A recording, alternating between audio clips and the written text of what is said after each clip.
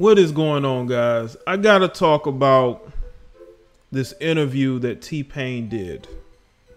Now, the interview was a couple days old, but I was looking at an article and they talked about how he blew through $40 million, and he actually did. He blew through that, and so much so that he had to borrow money so he can get his kids Burger King. This is where he was. Now I'm gonna let y'all hear a little bit of this, and I'm gonna come back with my commentary. All right? Yeah, because at that point, that's when I was running out of money. You know what I'm saying? And that's when my accountant was like, "Dude, you just bought a Bugatti. You're like out of money." And I was like, "No, I'm not. I got this house I want to get. I got this other house for my assistants and all my runners and my producers and stuff." So we bought a house after that, and we just started going crazy with the money. I wasn't paying attention to it. See, he was basically funding a whole lot of people's lifestyles while having to take care of his own family and his own situation, while also, having somebody manage his money. And then I have said this, man. People need to stop having other people managing their money. Those situations rarely, if ever, work out. Okay? You don't need anybody managing your money unless you're just terrible with it. Or you actually watch your money and that person is actually giving you good advice. But don't just listen to any and everything they tell you. And that's what happened, I believe, with T.Pain. He really believed this guy was smart and he knew what he was doing. But people are always willing to gamble with your money. As you know, I thought if I didn't have access to my own accounts, that I wouldn't have to look at it. So, you know what I'm saying? It was bad business choices. Mm-hmm. Who did you sell a Bugatti to? Back to the dealership I got it from. Okay. How much did they give it for you? Yeah. I think they gave me $800 for it. Jeez. Oh, wow. God. Yeah. I mean, as soon as I drove it off the lot, it probably went to that. And you bought a brand new? Yeah. Brand new, and it had a hole in the radiator and no warranty? No, I put the hole in the radiator. How'd you do that? See, once again, people, expensive things. Just because you got it don't mean that you should spend it. And that's the thing with T.Pain, man. I know that he's doing better, a lot better now financially. But this is a learning experience, man. These guys do make money. Don't listen. If you are smart as far as your career and making the money, there are people who are good at making money, but they're not good at keeping it. Okay. I think T.Pain had to really figure that out in that particular situation. This is driving it fast everywhere. When you say you was broke, was you at like $0 broke? I had to borrow money to get my kids Burger King. Wow. Yeah. After having, what's the most you ever had in the bank at one time? 40 million. Jesus Christ, T.Pain. How do you have a hairline? My God. Yeah, $40 million to zero? Yeah. And it was just all bad spending? No bad investments? Like, what was it? It was a lot of bad investments.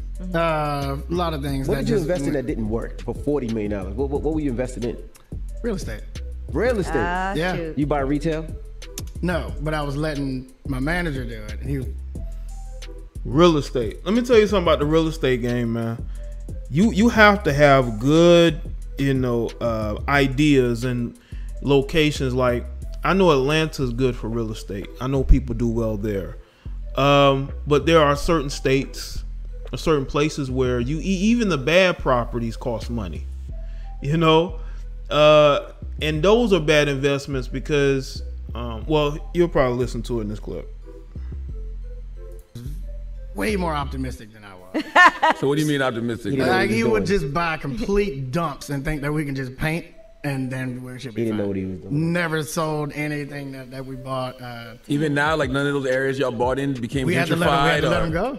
We had to let them go. Nah, I mean, we just had to let everything go. So, Is there anything if you'd have held on to would be worth a lot now? No, not at all. My These were in God. terrible neighborhoods, but I didn't know. Where? In Florida? Yeah, it was all in Florida, South Florida. Let y'all hear that. Just so y'all get the gist of what he's saying. He was buying property in bad neighborhoods. Let me tell y'all something. I don't care what nobody says. I don't care how these liberal politicians try to convince y'all that you can fix your neighborhoods. There's no money there unless you are using that area to monetize, i.e. gas stations or grocery stores or, strip malls. But housing in these communities, what a land developer does, a person who's used to buying land and building on that land, if he sees a bunch of broken down, torn up places, what they're going to do is they're going to tear all that down and they're going to build on top of it. But buying something and then doing a fixer upper, that rarely, if ever, works. That doesn't work. Okay. Let's go to the comments. I would have put most of my money in a fund and have it pay me a nice salary for years to come with an emergency withdrawal stipulation set where it will allow me to withdraw up to a set amount whenever I need it. That's hindsight. We don't know when this was. He's not telling us exactly when this was, but this was probably a while ago, and sometimes you need these situations to show you what you should be doing with your money. And I think that now, he understands it. None of them rappers do that. They've never had money before. His manager finessed him. Never understood this letting people manage your money for you concept. Maybe when I have a couple of million, it might become clearer. And this is why I'm wary of investing in real estate. People only tell good stories, but rarely the bad. Appreciate the honesty. Yeah, there's a lot of bad stories, man. Most of the biggest real estate moguls took a lot of losses.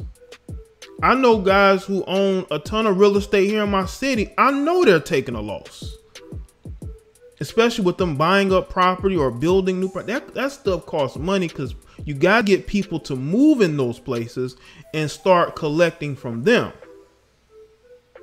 consistently. This tough, you can feel the sadness in his voice when he laughs. You know what I could do with just $4,000? These entertainers always letting other people run their money for them. That's why you always hear about them getting finessed. Happens with the best of the best. It's not as easy as you think keeping up with all the money some of them generate. There's a reason why all of them use accountants. Such a shame. ESPN did a 30 for 30 broke. I mean, I ain't expecting all of their money to go back to the hoods. All I want is either stop blaming the GOP for black communities being bad or them help and go use their own money building housing and stuff. A fool in his money will always be parted. Proper money management is key. Now he's worth 35 million, so I think he's fine. Yeah, T.Pain is doing better now. T.Pain is doing a lot better, man. You see he's where the money is. I think he's making like the similar type of music as I can't think of his name now. The Flow Rider. You look at the type of audience Flow Rider has, T.Pain has now. T.Pain is doing things outside of music. He just going where he can get money and interest. Just really revamping his career. And it takes these rappers years to learn this. It takes them years to learn this and learn how to properly manage their money. This is just hard to believe. 40 effing M. Geesh. I cringed the whole time watching this because the fuck T.Pain. I can't listen because this is toxic. No hate, no cap. This is why knowing how to handle money is absolute necessity. Yes, it is, man. But this was probably a very big learning experience for him. And I think that this will help him, and it has helped him hustle back to where he is now. And he seems to be in a better place now than he was before, as far as being able to take care, manage his money, get rid of these accountants. You should be able to account for your own money. I mean, if you want somebody to help you do numbers, that's fine. But when it comes to tax season, bro, you're responsible for that. You know? See, I would hire a seasonal accountant. You know, somebody that, you know, when it's time to file taxes, we go over the numbers. Maybe sometime during the middle of the year, we going over the numbers, or each quarter, you know. But I'm not going to have nobody 24/7 watching my money. You know, I'm going to be making sure that I'm managing every single dime I make.